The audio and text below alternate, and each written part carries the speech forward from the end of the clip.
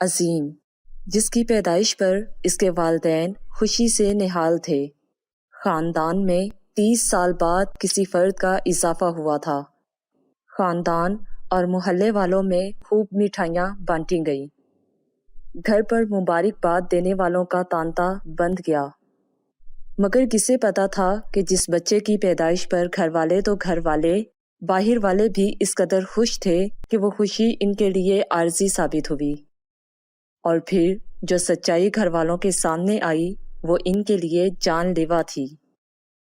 عظیم اصل میں ایک خواجہ سرا تھا، وہی قریبی رشتے جو عظیم کو گود میں لینے کے لیے بے تاب رہتے تھے اب اسے اس گھر سے بھیجنے کی باتیں کر رہے تھے، لیکن والدین ان سب لوگوں کے آگے ڈٹ گئے۔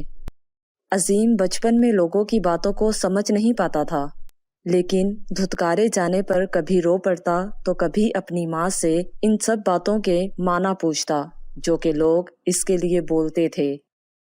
وقت گزرتا گیا اور ان سب حقیر باتوں کا مطلب اسے سمجھ آنے لگا، لیکن اس نے اور اس کے والدین نے ہمت نہیں ہاری۔ عظیم ان سب رویوں اور باتوں سے گزر کر مضبوط ہوتا چلا گیا۔ لوگوں نے اس کی شناخت پر سوال اٹھایا تو اس نے اپنی شناخت خود بنانے کا فیصلہ کیا، ایک ایسی شناخت جو لوگوں کے لیے قابل رشک ہو۔ وہ زندگی کے ہر میدان میں کامیاب ہوتا چلا گیا۔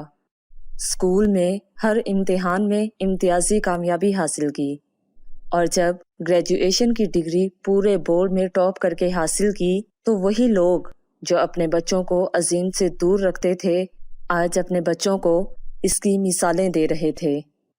اس نے اپنے جیسے لوگوں کے حقوق کو گہرائی سے سمجھنا شروع کیا۔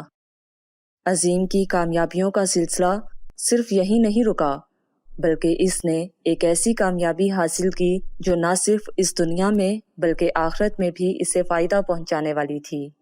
اس نے ایک ایسی فلاحی تنظیم کی بنیاد رکھی جو لوگوں کی فلاح و بہبود کے لیے کام کرتی تھی۔ اس کے اس قدم نے سینکڑوں لوگوں کو مشکلوں سے نجات دلوائی، اور اسی طرح عظیم ضرورت مند لوگوں کے لیے ایک امید کی کرن ثابت ہوا۔ یہ سب کچھ اس لیے ممکن ہوا کہ عظیم نے اس ذلت کو جو کہ اسے اس معاشرے سے ملی اسے اپنی کمزوری نہیں بنایا، بلکہ عظیم ان سب معاشرتی رویوں سے گزر کر کندن بن گیا۔ یہ کہانی ہمیں سبق دیتی ہے کہ ہم ہمیشہ اللہ کی مخلوق کی عزت کریں اور برائی کا بدلہ ہمیشہ نیکی سے دیں۔